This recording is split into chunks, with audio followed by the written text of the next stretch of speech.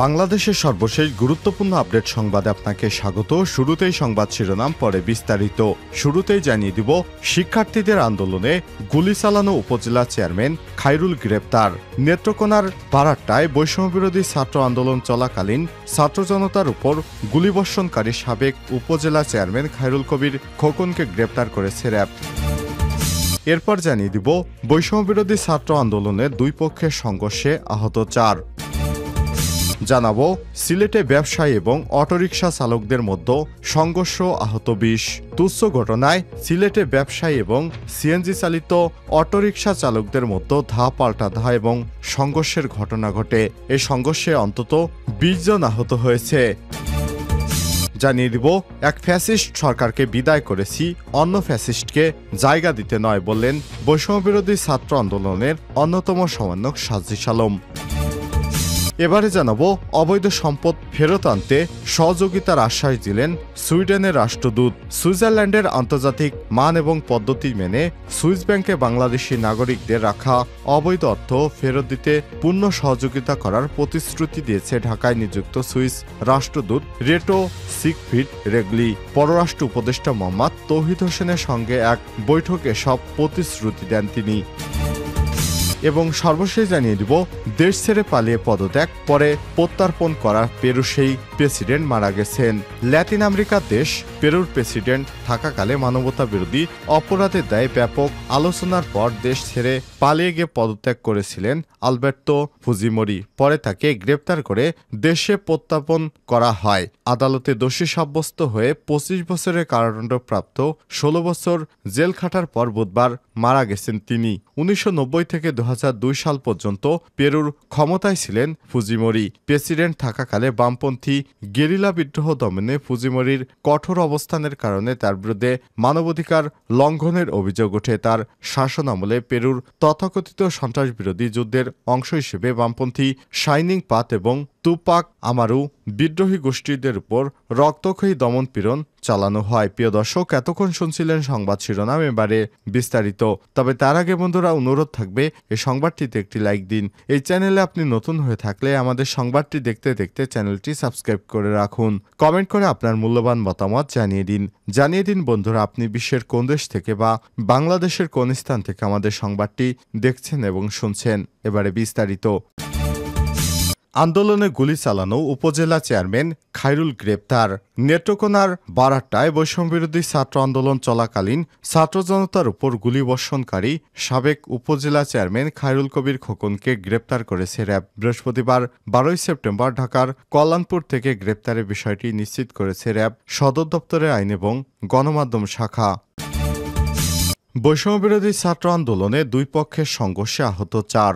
বরগুনায় বৈষম্যবিরোধী ছাত্র আন্দোলনে দুই পক্ষের মধ্যে সংঘর্ষের ঘটনা ঘটেছে। এতে 4 শিক্ষার্থী আহত হয়েছেন। বুধবার 11 সেপ্টেম্বর দিবাগত মধ্যরাতে বরগুনা পৌরসভা সদর রোড সংলগ্ন উপজেলা পরিষদের সামনে এই দুর্ঘটনা ঘটে। আহতরা হলেন আরিফ আশিক, মহিবুল্লাহ, আবু হানিফ। এদের মধ্যে আরিফের অবস্থা গুরুতর। তাকে বরগুনা জেনারেল হাসপাতালে ভর্তি করা হয়েছে। জানা গেছে, বৈষম্যবিরোধী ছাত্র আন্দোলনে কেন্দ্রীয় প্রতিনিধিদের বরগুনা আগমন ঘিরে কর্মসূচি জেরে বুধবার আন্দোলনে বরগুনা জেলা সমন্বয়ক রেজাউল এবং মীর নিলয়ের সমর্থকদের মধ্যে সংঘর্ষ ঘটে। কেন্দ্রীয় প্রতিনিধি বরগুনার আগমন উপলক্ষে ঘোষিত কর্মসূচি সফল করতে এদিন সদর উপজেলা নির্বাহী অফিসার ইউএনও এর সঙ্গে বরগুনা বৈষম্যবিরোধী ছাত্র আন্দোলনের শিক্ষার্থীদের একটি সভার আয়োজন করা হয়। এতে উভয় পক্ষের শিক্ষার্থীরা অংশগ্রহণ করে। তবে বৈষম্যবিরোধী ছাত্র আন্দোলনের কেন্দ্রীয় প্রতিনিধি বরগুনা আগমন কর্মসূচিকে কেন্দ্র করে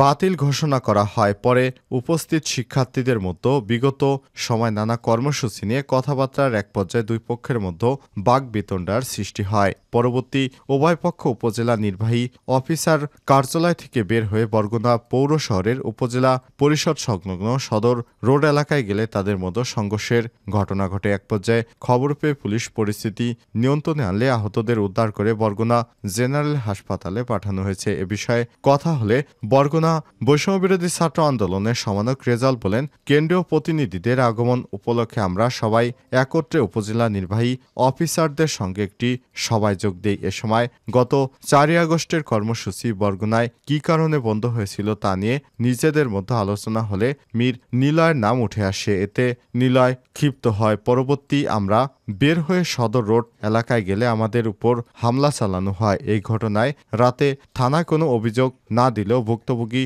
শিক্ষার্থীরা থানায় অভিযোগ দায়ের করবেন বলেও জানিয়েছেন তিনি।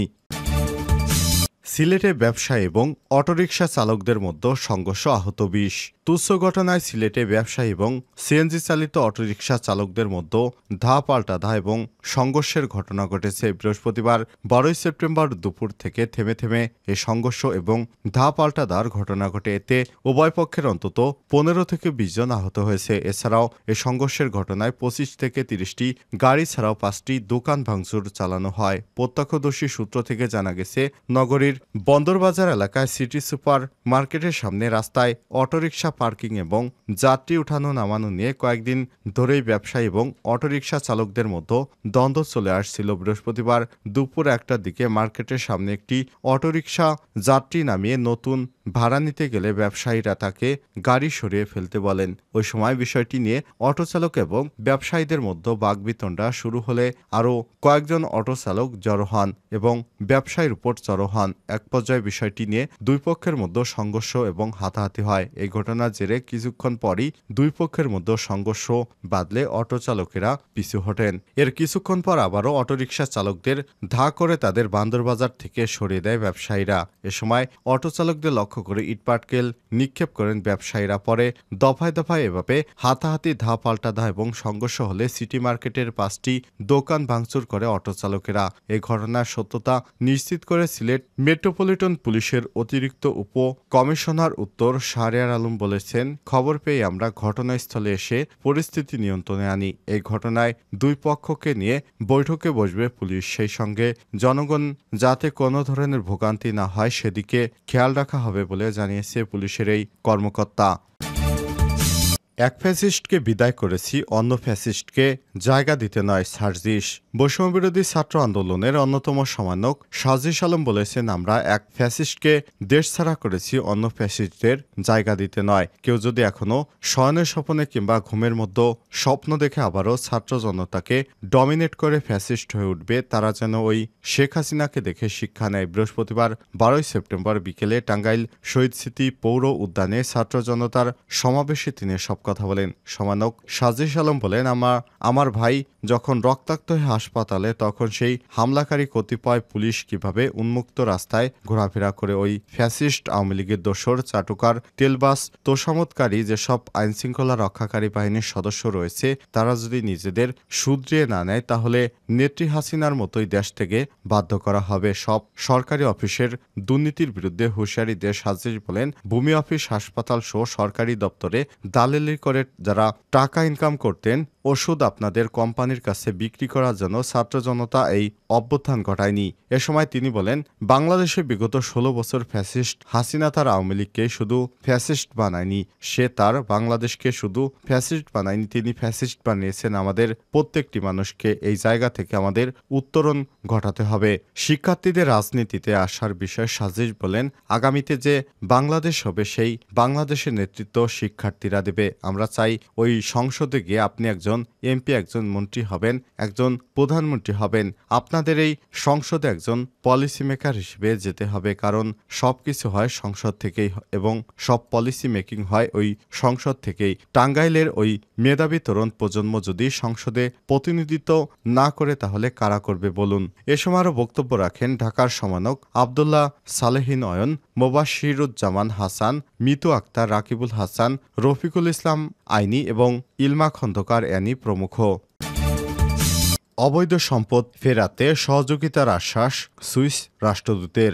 সুইজারল্যান্ডের আন্তর্জাতিক মান এবং পদ্ধতি মেনে সুইস ব্যাংকে বাংলাদেশি নাগরিকদের রাখা অবৈধ অর্থ ফেরত দিতে পূর্ণ সহযোগিতা করার প্রতিশ্রুতি দিয়েছেন ঢাকায় নিযুক্ত সুইস রাষ্ট্রদূত রেটো সিগফ্রিড রেঙ্গলি। পররাষ্ট্র উপদেষ্টা মোহাম্মদ তৌহিদ হোসেনের সঙ্গে এক বৈঠকে প্রতিশ্রুতি দিয়েছেন তিনি। বৃহস্পতিবার 12 সেপ্টেম্বর পররাষ্ট্র মন্ত্রণালয়ের এক আলোচনা সভায় সব প্রতিশ্রুতি ব্যক্ত করেছেন বলেছেন তিনি। সম্প্রতি ছাত্র নেতৃত্বাধীন গণ অভ্যুত্থানে একটি বিস্ময়কর ঘটনা হিসেবে উল্লেখ করে সুইস রাষ্ট্রদূত এবং এই পরিবর্তনকে বাংলাদেশকে ব্যাপক সংস্কারের একটি সুযোগ হিসেবে অভিহিত করেছে এবং সংস্কার প্রক্রিয়ায় সুইস সরকারের সমর্থন আশ্বাস দেন। পররাষ্ট্র উপদেষ্টা এ উদ্দেশ্যে অন্তর্বর্তীকালীন সরকারের কয়েকটি কমিশন গঠনের গুরুত্বপূর্ণ সিদ্ধান্তের কথা তুলে ধরেন। উভয় পক্ষই জাতিসংঘের গুমবিরোধী সনদে বাংলাদেশে যোগদানে আনন্দ প্রকাশ করে এবং মানবাধিকার কর্মসূচি আরও সমন্বিত রাখতে একসঙ্গে কাজ করতে সম্মত হয়। বাণিজ্যিক এবং বিনিয়োগের ক্ষেত্রে সুইস রাষ্ট্রদূত বাংলাদেশকে একটি সম্ভাবনাময় বাজার হিসেবে অভিহিত করে